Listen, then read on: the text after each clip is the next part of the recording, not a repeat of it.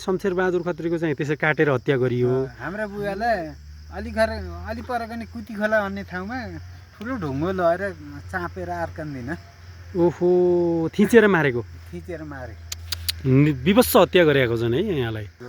2015 सालमा बिपी कोइराला जब जननिर्वाचित प्रधानमन्त्री बन्नुभयो, त्यसपछि 2017 साल पुस 1 गते राजा महेन्द्रले कु गरे। त्यसपछि पञ्चायती व्यवस्था फेरि हाबी भयो। जस्तै त्यो विश्वेश्वर प्रसाद कोइराला 8 वर्ष भारतमा जानुभयो, पछि राष्ट्रिय मेलमिलापको नीति लिएर आउनुभएको थियो 33 सालमा। त्यही बिचको पिरियडमा जब काङ्ग्रेसहरू आन्दोलनमा उत्रिरहेका थिए, त्यो पिरियडमा पञ्चायतीहरूले यस्तरी हत्या गरेको हो। अहिले चाहिँ यहाँ शालिग निर्माण गर्दै हुनुहुन्छ। दुईवटा खुट्टा कोही लाग्यो, हिँड्न सकेन भनेर ढुङ्गाले थिचेर च्यापेर खोलसँग हालेर ठुली ढुङ्गा पल्टाएर। दर्शक पनि हामी यति बेला मालदानी गाउँपालिकाको वडा नम्बर 4 खनमा रहेको यो शहीद टिकाराम घिमिरेको स्मृतिमा निर्मित पार्कको भित्र चाहिँ प्रवेश गर्दैछौँ। यो पार्कको भित्रपट्टि चाहिँ नि हामी प्रवेश गरिसकेका छौँ। यहाँ फुलहरू लगाइएको छ, वृक्षारोपणहरू पनि गरिएको छ। यो ठुलै पार्क अगाडि माथि मन्दिर सहित यहाँ चाहिँ नि पोखरी पनि बनेको रहेछ। अहिले यहाँ शालिग निर्माण गर्दै हुनुहुँदो रहेछ। त्यो निर्माण गर्न लागेको शालिगमा पनि हामी पुग्नेछौँ र यो पोखरी पनि यहाँ निर्माण भएको पोखरी धेरै पहिले निर्माण भएको, तर यसको चाहिँ नि अलिकति यो भित्रतिर अलिक फोहोरो देखिएको छ। यसलाई संरक्षण गर्न बाँकी नै छ होला। यद्यपि हामी यहाँ पार्क अगाडिपट्टि ट्रस्ट बस्नलाई वरिपरि ट्रस्ट पनि बनाउँदै हुनुहुँदो रहेछ। यहाँ हामी त्यो शालिगलाई चाहिँ हेर्ने प्रयास गर्छौँ, कसरी बनाउँदै हुनुहुन्छ। हामी त्यसलाई खोल्न त सक्दैनौँ होला, यहाँसँग कुराकानी पनि गर्छौँ हामी बुवासँग। यो यहाँनिर शालिग चाहिँ बनेको छ, त्यो कति लागतको र कसरी बनेको यस विषयमा हामी उहाँसँग पनि कुराकानी गर्नेछौँ। कहाँबाट बजेट छुट्यो, कसरी यो बन्दैछ, हामी यस विषयमा बुझ्दैछौँ। यतानिर एउटा यसलाई यो के प्रतीक्षालय बनेको छ, माथिनिर मन्दिर पनि छ। यो निकै भित्रदेखि वरिपरि बााउन्ड्रिङ गरिएको छ र यो पार्क चाहिँ यसरी बनाइएको छ र हालचालै धेरै लामो समयसम्म यो पार्क चाहिँ यसलाई निर्माण गरियो, बााउन्ड्री पनि गरियो, पोखरी पनि बनाइयो, तर शालिग निर्माण नगरी यो अलपत्र थियो। अहिले हालचालै बन्दै रहेछ। हामी त्यो थोरै खोल्न मिल्छ? हामी उहाँको चाहिँ नि शालिग तपाईँहरूलाई देखाउँदैछौँ। उहाँले अहिले निर्माण गर्दै हुनुहुँदो रहेछ। शहीद टिकाराम घिमिरेजीको यो शालिग चाहिँ नि बनाइएको छ, यस्तो आकारमा बनेको छ। यस विषयमा हामी थोरै उहाँसँग कुरा गर्छौँ, बुवासँग थोरै यसको इतिहासको बारेमा सर्टकट कुरा गर्छौँ। अलि यति अगाडिपट्टि आइदिनु त। नमस्कार। नमस्कार। हजुरको शुभ नाम? जेदुराम घिमिरे। जेदुराम घिमिरेजी, यो थोरै यो शहीद टिकारामको हिजोको हल्का सर्टकटमा इतिहास कसरी चाहिँ नि अब यो तपाईँहरूले परिकल्पना गर्नुभयो, उहाँको त्यो स्मृतिमा यो बनाउनु भयो। पार्क त पहिलेदेखि नै यो बााउन्ड्री गरेर रोकिएर राखिएको थियो, अलपत्र थियो। यो कसरी कहाँबाट बजेट पर्यो, अहिले शालिग निर्माण गर्दै हुनुहुन्छ र यसको थोरै इतिहास बताइदिनुहुन्थ्यो कि? यो हजुरको उहाँ चाहिँ दाइ? म त छोरो हो। यो हजुरको उहाँको छोरा? हजुर सरी, माइलो चाहिँ हजुर। यसको बारेमा थोरै बताइदिनुहुन्छ कि? यो पहिला माथिबाट परेको थियो 6 लाख रुपियाँ बाँडी गर्न केन्द्रबाट। ए हजुर। त्यसपछि त्यसको पहलकर्ता को हो, कसले रकम चाहिँ नि प्रयास गरिदिनु? सुरुवात त धर्म खनालजीले गर्नुभएको र अहिले फेरि यो रकम विनियोजित भएर चाहिँ रकम त पालिकाले हालेको। यो तारबार, यो गेट सेट हजुर बालकृष्ण छँदा अहिले पछि चाहिँ नि यो बालकृष्ण गइसकेपछि यो अहिलेसम्म परेको थिएन। 1 लाख रुपियाँ ओडाले हालिदिएको रहेछ। ए अर्ध शालिग बनाउने भनेर। ए हजुर। त्यही यहाँ निर्माण गर्नुभयो। सो सर्टकटमा इतिहास जस्तै यहाँको चाहिँ कसरी यो काङ्ग्रेस भएर अमरपुरमा गएर शमशेरबहादुर खत्री भन्नेसित हजुर अब यस्तै आन्दोलन गर्दै गएमा राजाले सैनिक लाएर बुवाको उसलाई उही उसमा चाहिँ काटे। यो राणाहरूले हो? राणाहरूले होइन, पञ्चायतकाल पञ्चायती यो उग्र व्यवस्था थियो नि, पञ्चायती व्यवस्था त्यति बेला। हजुर 18 सालदेखि 17 सालमा कुट भयो। 2017 साल पुस 1 गते राजा महेन्द्रले कु गरेपछि त्यसपछि आन्दोलन गर्दै काङ्ग्रेसहरू हजुर सडकमा ओर्लियो, उहाँ पनि सँगसँगै त्यही आन्दोलनमा सारिक हुनुभएको थियो।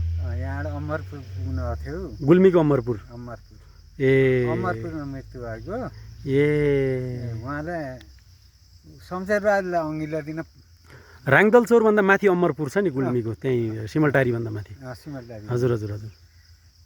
बुवा खत्रीलाई अघिल्लो दिन मारे। शमशेरबहादुर खत्रीलाई हजुर काटेर। हजुर। हाम्रा बुवा जिउँदै हुनुहुन्थ्यो अरे घोडामा। यो शिवकेशी धुर्कोट गाउँपालिकाको उपाध्यक्ष शिवकेशीको बुवा हो शमशेरबहादुर खत्री भन्ने? खै अब त शमशेरबहादुर जो कोही हुनुहुन्छ। हजुर। एक भाइ त यहाँ सही भएर आएको थिएँ, मैले बुवाको इतिहास के छ त्यहाँ फोटोसोटो ल्याउन खोज्थ्यो भने। हजुर। दाई हुनुहुन्छ गएर केन्द्रीय कार्यालयमा। ए दाईसित कुरा आएर मलाई भन्दै यहाँबाट सोधेर गएर गएँ, थाहा भएन। ए अनि उहाँको चाहिँ त्यति बेला भन्नाले यो हामी त सानसानो यहाँलाई गोली हानेको होइन, थिचेर ढुङ्गाले थिचेर मारेको? गोली लागेको दुइटै खुट्टामा। ए उहाँ दुकुर्न सक्नु भएन? हिँड्न सक्नु भएन।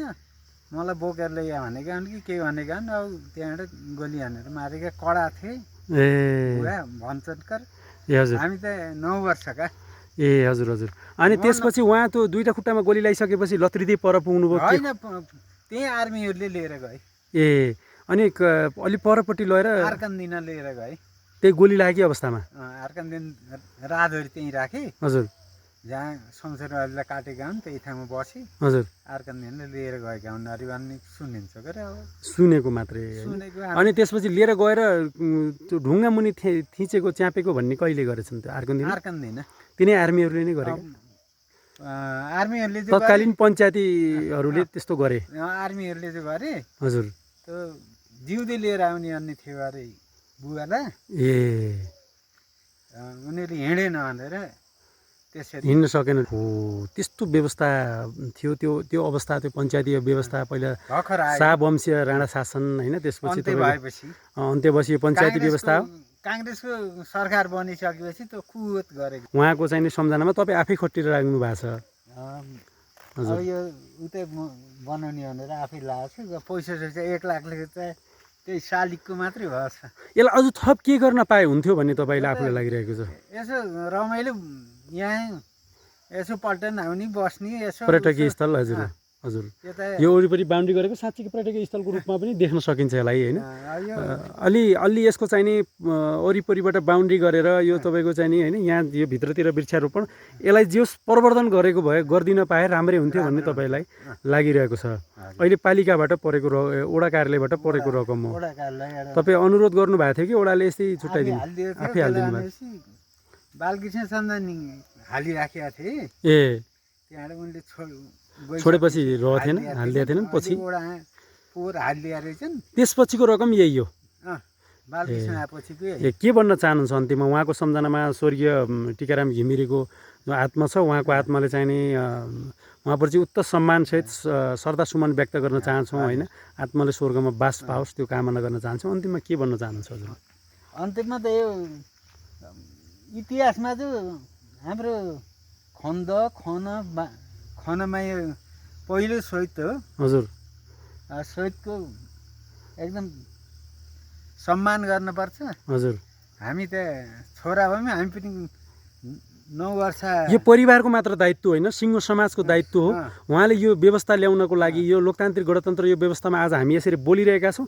तपाईँ र म जसरी यो क्यामेरामा कुरा गर्दै हुनुहुन्छ, मैले तपाईँलाई सोध्दैछु, यो अवस्था ल्याउनलाई उहाँ लड्नु भएको हो, यो व्यवस्था ल्याउनलाई लडेको यो एक योद्धा हो। उहाँ कसैको चाहिँ नि राजनीतिक आस्था आफ्नो ठाउँमा थियो होला, तर समग्रमा उहाँ सामाजिक व्यक्ति हो, सबैको साझा व्यक्तित्व हो।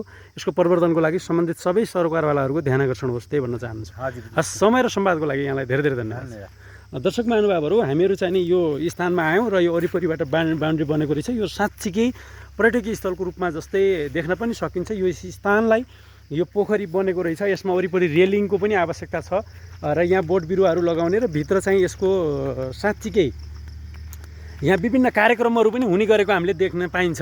यहाँ कार्यक्रमहरू हुन्छन्, यो कार्यक्रमहरूमा पनि हुनको लागि पनि यहाँ वासस्थानको लागि माथि एउटा चाहिने बस्नको लागि एउटा ट्रस्टको चाहिने व्यवस्था होस् होइन? यहाँ वृक्षारोपणदेखि लिएर यसको प्रवर्धनको लागि सम्बन्धित निकायहरूको यो फुलहरू लगाउनु भएको रहेछ। राम्रै छ भित्र देख्दा। यस स्थानमा हामी पुग्यौँ। यो व्यवस्था ल्याउनलाई आफ्नो ज्यान आहुति दिनुभएका शहीद टिकाराम घिमिरेज्यूको यो स्मृतिमा बनेको यो पार्कमा आएर थोरै सानो रिपोर्टिङबाट हामीहरू ओझेल पर्न चाहन्छौँ। नमस्ते, धन्यवाद।